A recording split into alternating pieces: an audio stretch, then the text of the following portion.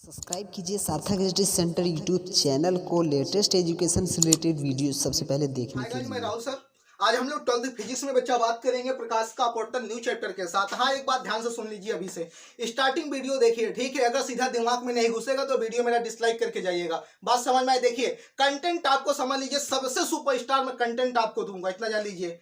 आइए फिर बात करते हैं प्रकाश का अपवर्तन में। प्रकाश का अपवर्तन क्या होता है, पहला सवाल ये उठना चाहिए। ध्यान से बच्चा बात सुनिए।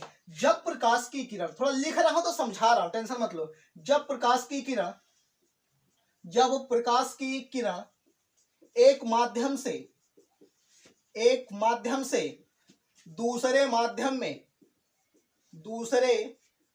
में प्रवेश करती है तो वह अपने पथ से विचलित हो जाती है। इसी घटना को प्रकाश का अपवर्तन कहते हैं। बात को ध्यान से यहीं पर समझ लेना। हमने क्या समझाया, देखिए बिल्कुल ध्यान से बात समझिए। प्रकाश का अपवर्तन होता क्या है? जब प्रकाश की किरण एक माध्यम से दूसरे माध्यम में प्रवेश करेगी तो वह अपने रास्ते से हट जाती है, अपने पथ से हट जाती है। इसी घटना को बोलो हम लोग क्या बोलते हैं, प्रकाश का अपवर्तन बोलते हैं। अब तुम्हारे दिमाग में अगला जो सवाल उठा है, सवाल आपके दिमाग में यही आना चाहिए कि प्रकाश का अपवर्तन काहे लिए होता है, ठीक है। इसका क्या कारण है कि प्रकाश का अपवर्तन हो जाता है। बात समझिएगा बिल्कुल ध्यान से हमारी। हमने बोला कि दिमाग में सवाल यही उठा, क्या कारण है कि प्रकाश की किरण एक माध्यम से जब दूसरे में प्रवेश करती तो अपने रास्ते से हट क्यों जाती। इसी सवाल का जवाब जानिए। प्रकाश अपवर्तन का कारण, रीजन ऑफ रिफ्रैक्शन। ध्यान से बच्चा बात समझिए हमारी। हमने क्या बोला कि आपको अगले चैप्टर में मैंने सिखाया था, क्या सिखाया कि प्रकाश की चाल भिन्न भिन्न माध्यमों में भिन्न भिन्न होती है, इसीलिए प्रकाश का क्या हो जाता है, अपवर्तन हो जाता है। तो यहीं पर लिखेंगे प्रकाश की चाल भिन्न भिन्न माध्यमों में भिन्न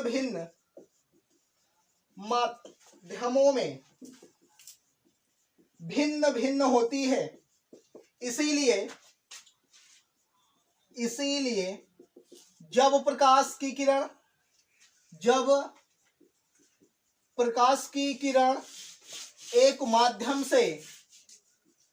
माध्यम से दूसरे माध्यम में प्रवेश करती है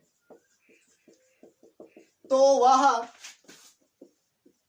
अपने पथ से विचलित हो जाती है। बोलो बात समझ में आई कि नहीं? हमने क्या बोला, अपवर्तन का क्या कारण है? प्रकाश की चाल भिन्न भिन्न माध्यमों में भिन्न भिन्न होती है, इसीलिए प्रकाश का बोलो क्या हो जाता है, अपवर्तन हो जाता है। बात इतनी समझ में आई? चलिए पॉइंट में बच्चा कुछ बात सीखेंगे। पॉइंट में आपको सिखाना चाहते हैं, ध्यान से देखिएगा। कापी सब कुछ लेकर बैठिए, बढ़िया से नोट्स बनाइए, तैयार करिए, ठीक है। पॉइंट में हम लोग क्या सीखेंगे, ध्यान से बच्चा बात को समझना। 2 पॉइंट में बात करेंगे। 2 पॉइंट से पहले आपको कहानी समझाना चाहता हूं, ठीक है। यहां पर कोई एक लड़का है, ठीक, और यहां पर एक कोई लड़की है। अब इनकी आपस में बातचीत चल रही, इनको शादी करवाना है। अभी शादी हुई नहीं है, खुश मत हो, नहीं मतलब टेंशन मत लो, इन लोग की शादी अभी हुई नहीं है। अब बता, लड़की कहाँ है, अपने घर पे है, और लड़का कहाँ बेचारा, अपने घर पर है। एक बात तुम हमको ये बता दो, अगर लड़की मैं बोलूं अभी अपने घर पे है, चाहे जैसे घूमे डाले, चाहे जहां जाए, कोई टेंशन, कोई रोक टोक कुछ नहीं, एक पैसा का नहीं रोक टोक होगी। लेकिन यही लड़की जब शादी हो जाएगी, जब ये इसके लड़के के घर आएगी, तो सब कुछ का प्रतिबंध होगा कि नहीं होगा? क्या बाजार में जिससे पहले घूम लेती थी घूम पाएगी? नहीं जा पाएगी बेचारी, बिल्कुल नहीं जा पाएगी। कहने का मतलब ये हुआ, लड़की का जो घर है, बताइए कैसा माध्यम हो गया, सघन माध्यम हुआ कि नहीं हुआ? सॉरी गलत बोल दिया, विरल माध्यम हो गया बच्चा। लड़की का घर बताओ कौन सा माध्यम हो गया, विरल माध्यम हो गया। जब ये लड़की लड़के के घर आएगी तो बताओ कौन सा माध्यम हो जाएगा, सघन माध्यम। इसी बात को कहानी थोड़ी सी समझते रहिए, हम आपको पॉइंट समझा देता हूं। अब मान लीजिए यहां पर ऊपर हमारा बोलो कैसा माध्यम है, विरल माध्यम है, और नीचे हमारा बोलो कैसा माध्यम है, सघन माध्यम है। बात समझ में आई कि नहीं? मान लीजिए यहां से देखिए, यदि कोई प्रकाश की किरण विरल माध्यम से, कहां से, विरल माध्यम से सघन में प्रवेश करेगी, तो यहीं पर हम डाल देते हैं अभिलंब। ये बात को ध्यान समझते रहिएगा, इसका नाम नॉर्मल अभिलंब है। अब हमको ये पता करना है कि जब कोई प्रकाश की किरण विरल माध्यम से सघन में आएगी, अभिलंब के पास आती है कि अभिलंब से दूर जाती है, पूरी जिंदगी भर आप कभी भूलोगे नहीं, बस कहानी याद रखो, ठीक है। ये जो अभिलंब हमारा है ये लड़का है, बात समझिएगा, ये क्या है भैया, लड़का है। अब बताओ लड़की कहां से आ रही है, विरल माध्यम। विरल माध्यम लड़की का घर है, बात समझ में आई।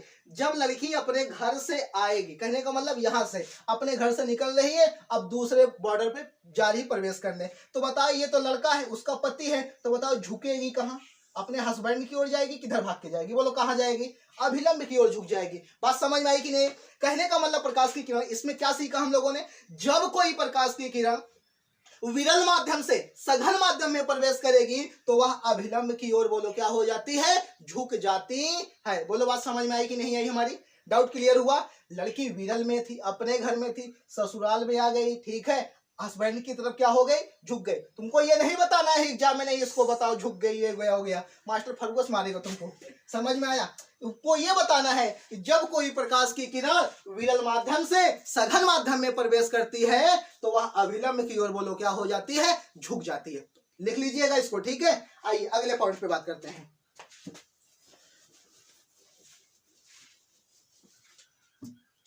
चलिए पॉइंट में समझिए ध्यान से। अब हमने ये बताया आपसे, अब ऊपर वाला बोलो कैसा माध्यम हो गया, सघन हो गया, और नीचे वाला भैया क्या हो गया, विरल हो गया।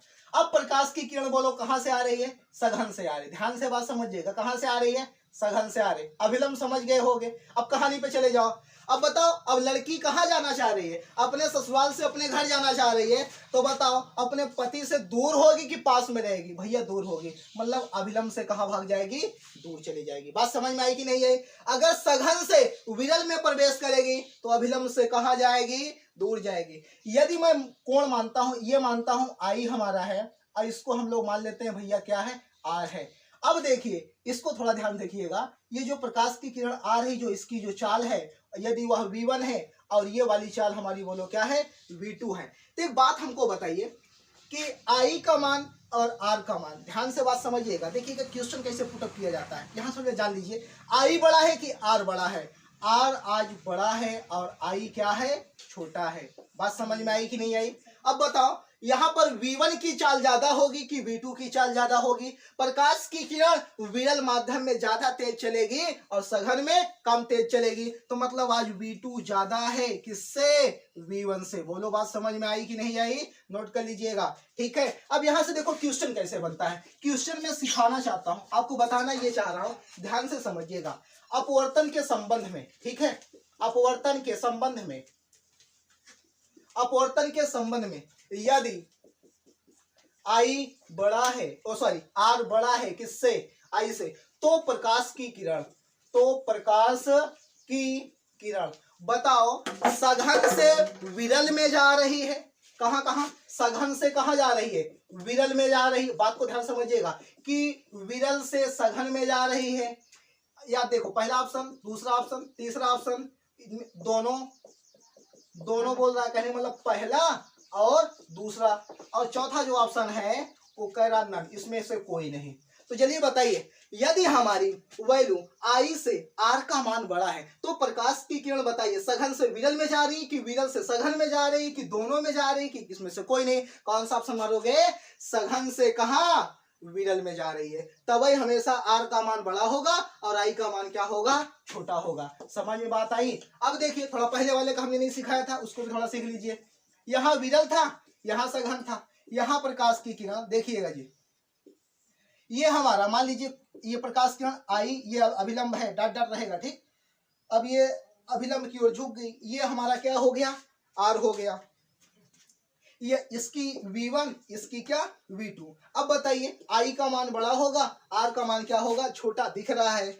v1 की चाल ज्यादा होगी और v2 की क्या होगी भैया, कम होगी। काहे लिए कम होगी? क्योंकि ये सघन में है और ये हमारा क्या है, V1 किस में है, विरल में है। बात समझ में आई? नोट करिए इतना। अब बार बार प्रश्न उठना होगा कि माध्यम क्या है गुरुजी, माध्यम माध्यम चिल्ला रहे हो, तो थोड़ा सा माध्यम बता देता हूँ।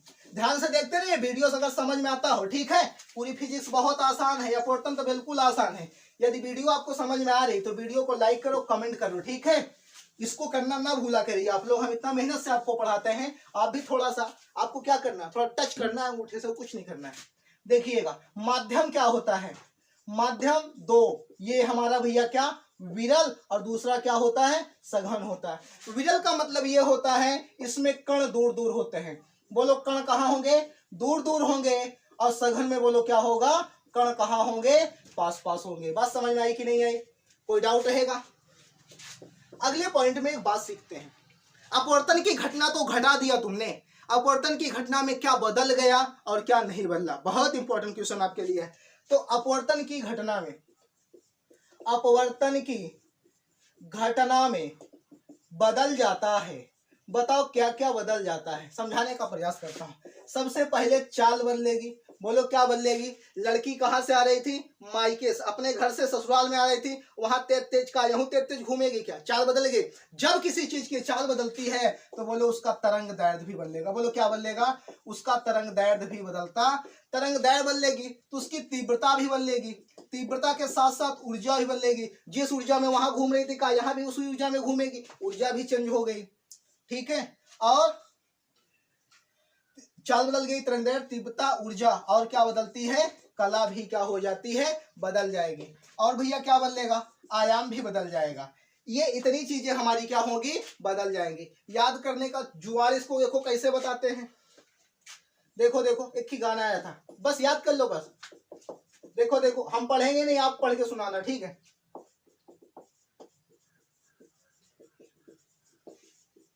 देखिए गाना कुछ याद आया आप लोग को? गाना याद आया हो तो समझ लीजिए। चाचा का मतलब क्या लिखा मैंने, चाल लिखा। ता का मतलब क्या लिखा, तरंग दैर्घ्य। बात समझिएगा, तरंग दैर्घ्य। आगन का मतलब आयाम।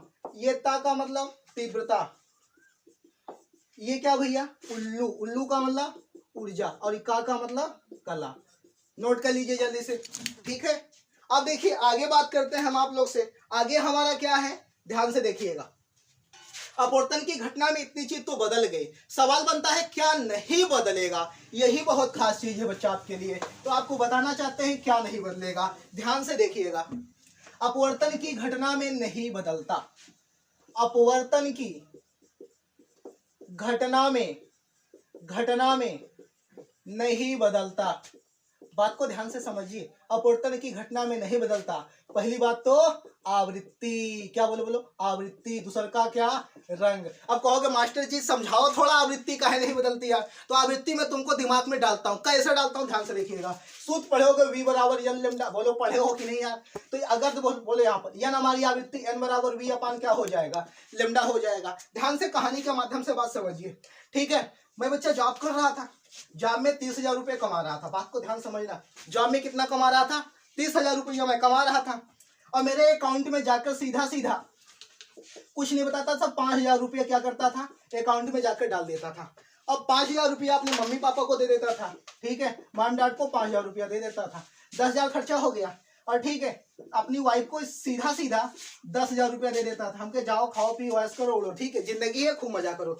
10 कितना हो गया, 20,000, ठीक है। और 5,000 रुपया खाना पीना पे खर्चा करता था, कितना हो गया, 10 20 5 25, बचा 5,000 रुपया। बात समझिएगा, अपने खर्च पे, ठीक है। इतना 30,000 रुपया मेरा खर्चा हो जाता था। लेकिन आज नौकरी चली गई, ठीक है। अब मेरे पास नौकरी नहीं है, नौकरी खत्म हो गई। अब मैं कमाता हूँ महीने में 10,000 रुपये। बात को समझिएगा, कितना कमाता हूँ, 10,000 रुपया कमाता हूँ। और सीधा सीधा बताया किसी को नहीं, अकाउंट में चला गया। अकाउंट में कितना डाल दिया, 5,000 रुपया भैया अकाउंट में डाल दिया। 5,000 रुपया जब मैंने अकाउंट में डाल दिया, बचा मेरे 5,000 रुपया, ठीक है। 5,000 रुपया बचा। अब 5,000 रुपया में सबको देना है। किसको देना है, मम्मी को भी देना है, मम्मी पापा को भी देना है, वाइफ को भी देना है, अपना भी खर्च लेना है। बात को समझिएगा। पहले मम्मी 1,000 को मैंने कहा इनको पैसा दे दो भैया, पहले 2,000 रुपया इनको दे दिया। अब बीवी को दे दिया 1,000 रुपया। बोलो बात समझ में आई, 1,000 रुपया दे दिया।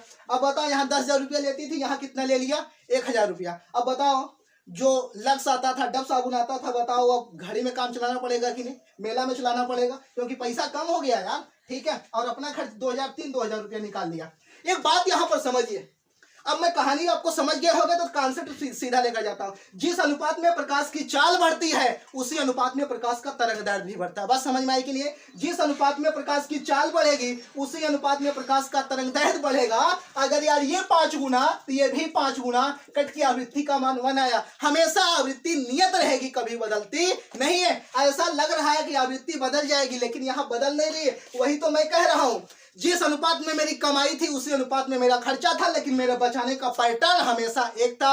मैंने अकाउंट में 5000 डाले तो डाले, बताओ मेरी आवृत्ति बदली, मेरा बचाने जो मैं पैसा बचा रहा हूं मैंने उसको बदलने नहीं देता, वही मेरी आवृत्ति है। बात समझ में आई कि नहीं? तो जिस अनुपात में प्रकाश की चाल बदलेगी उसी अनुपात में प्रकाश का तरंगदैर्घ्य भी बदलता है, इसीलिए आवृत्ति का मान सदैव क्या होता है? नियत होता है। डाउट खत्म हुआ? आवृत्ति नहीं बदली। अब बताओ रंग बदल जाएगा, भाभी जी वहां गोरी थी यहाँ के काली हो जाएंगी क्या घर पे? हाँ बोलो बोलो, ऐसा होगा? कभी नहीं होगा। इसीलिए कहा जाता है आवृत्ति, ना तो आवृत्ति बदलेगी और ना ही क्या बदलेगा? रंग बदलेगा। नोट करिए अपना इसको।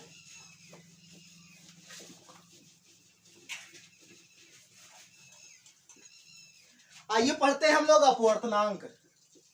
अपवर्तनांक, इसको इंग्लिश से बोलते हैं रिफ्रैक्टिव इंडेक्स। बात को ध्यान से समझना बच्चा, रिफ्रैक्टिव इंडेक्स क्या होता है?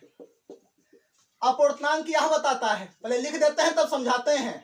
अपवर्तनांक यह बताता है कि कोई माध्यम किसी के सापेक्ष कितना गुना सघन है, कितना गुना सघन है। ये तो सिंपल वाली बात हुई। अब आपकी किताबी परिभाषा जान लीजिए। अपवर्तनांक यह व्यक्त करता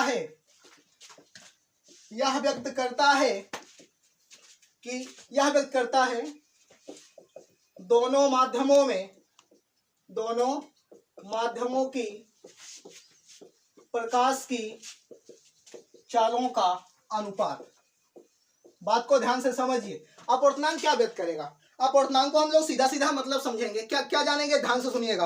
अपवर्तनांक बच्चे ये होता है कि जो हमारा अपवर्तनांक है, दोनों माध्यमों में प्रकाश की चालों का क्या होता है? अनुपात होता है। पहले माध्यम में प्रकाश की चाल बटे क्या होगा? दूसरे माध्यम में प्रकाश की चाल। इसी को हम लोग क्या बोलेंगे? अपवर्तनांक बोलेंगे। अच्छा, जिसे मान लीजिए यहाँ पर एक भारी आदमी दिख रहा है। भारी आदमी मैं नहीं हो सकता, कोई और हो सकता। आप समझ सकते हो कौन होगा? समझाने की आवश्यकता नहीं है, ये मैं हूं। बताओ ये भाई साहब हमसे कितना ज्यादा है, यही बता दो, यही अपवर्तनांक है। समझ पाए कि समझ पाए? ये आदमी कितना मोटा है यार, हमसे कितना मोटा है, इसी बात को तुम बता दो, यही क्या कहलाएगा? अपवर्तनांक कहलाएगा। समझ में आया? अपवर्तनांक कुछ नहीं, अपवर्तनांक यह व्यक्त करता है कि कोई माध्यम किसी माध्यम के सापेक्ष कितना गुना क्या है? सघन। जैसे हवा है, पानी है, तो हवा से पानी कितना भारी है, यही बात बताओ ना। इसी को क्या बोलेंगे? अपवर्तनांक बोलेंगे। ध्यान से बात समझिएगा, छोटी छोटी बात जानिए। अपवर्तनांक में अपवर्तनांक को n से लिखते हैं। बोलो किससे लिखते हैं? n से लिखते हैं। समझ बात आई? अपवर्तनांक का कोई मात्रक नहीं होता। सवाल फिर दिल में उठा, काहे नहीं होता यार? अरे यार अब अनुपात है, अनुपात तो जब होता है, अनुपात रहेगा तो कोई मात्रक होगा का? जो ऊपर वही नीचे कट जाएगा, इसीलिए कोई मात्रक नहीं होता है। नोट करिए। तो थोड़ा और पॉइंट आगे बढ़ाते हैं। अब देखिए थोड़ा काम की बात क्या है, पॉइंट में सीखेंगे। बहुत छोटी सी बात है लेकिन आपको लगेगी बहुत भारी। ध्यान से देखिएगा। जैसे मान लो अगर तुमको हवा कहीं दिख गया, सिखाने वाला पूरे चैप्टर का सार बस 1 सेकंड में सिखा दूंगा। हवा को किससे? एयर। समझ में आया? किससे लिखेंगे? ए से। ए भैया पानी है, पानी से जानते हो, पानी को अंग्रेजी वाटर होती है। वाटर को किससे लिखें? डब्ल्यू से। कांच जानते हो? ग्लास, इसको बोलते हैं हम लोग क्या? ग्लास। ग्लास को किससे लिखेंगे? आइए क्यों बता देते हैं। हीरा देखे हो? पता नहीं। Diamond, DIAM। डायमंड को किससे लिखेंगे? D से लिखेंगे। जान जाइएगा आज के बाद जहां ये चीजें रहें। थोड़ा नोट करके सिखाने का प्रयास करता हूं, जान लीजिएगा। ये हमारा क्या है? बता चुका हूं भाई साहब, अपवर्तनांक है। ये क्या है? अपवर्तनांक। अगर मैं यहाँ 2 लिख दिया, कितने खतरनाक बच्चे होंगे, 2 यहाँ लिखेंगे। गलत सोच रहे हो, ऐसा नहीं, इसके पैर के पास लिखो, ठीक है। इसका मतलब क्या हुआ, 2 का मतलब दूसरे माध्यम का अपूर्णांक। बात समझ पाए, दूसरे माध्यम का क्या बच्चा, अपवर्तनांक। समझ में आया। अगर मैं यहाँ पर 1 लिख दूं तो क्या हो जाएगा, पहले माध्यम के सापेक्ष, पहले माध्यम के सापेक्ष। अगर मैं यहाँ पर n3 लिख दूं, इसका मतलब क्या सीखा तुमने, तीसरे माध्यम का अपूर्णांक। समझ में आया, तीसरे माध्यम का अपवर्तनांक। अगर मैं यहाँ पर लिख देता हूं 2 लिख देता हूं, इसका मतलब क्या हुआ, दूसरे माध्यम के सापेक्ष। बात समझ में आया, दूसरे माध्यम के सापेक्ष। अब देखिए कुछ बात बताना चाहता हूं, ध्यान से बात समझिएगा। इसको समझ गए होगे तो पॉइंट में जान लीजिएगा। मैं लिख रहा हूं ANG लिख रहा हूं, ANW लिख रहा हूं, ANG लिख रहा हूं, AND।